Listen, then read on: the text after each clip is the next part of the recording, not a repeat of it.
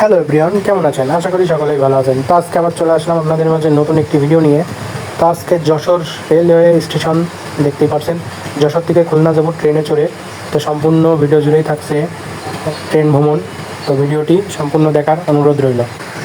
যে দেখতে পাচ্ছেন আপনারা, তো আমাদের বগি ছিল হচ্ছে 6 নম্বর বগি।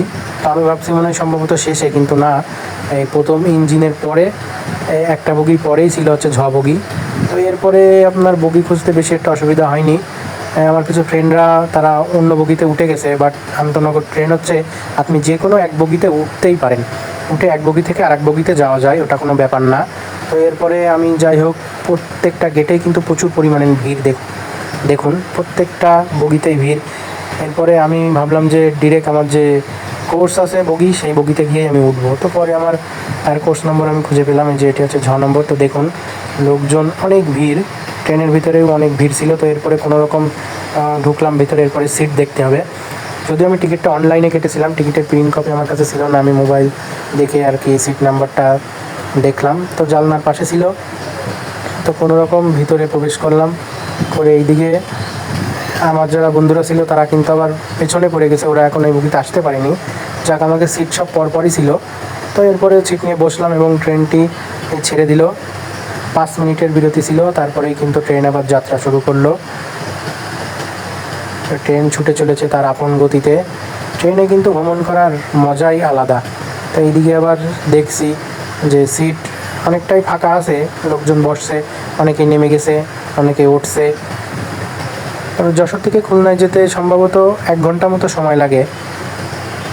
তো এই পাশে ট্রেনটি যাত্রা শুরু করলো এবং ট্রেনের যেই এই শব্দ এবং জানলাদের যে লোকেশান, সেটি আপনাদের দেখাবো। কি সুন্দর সবুজ।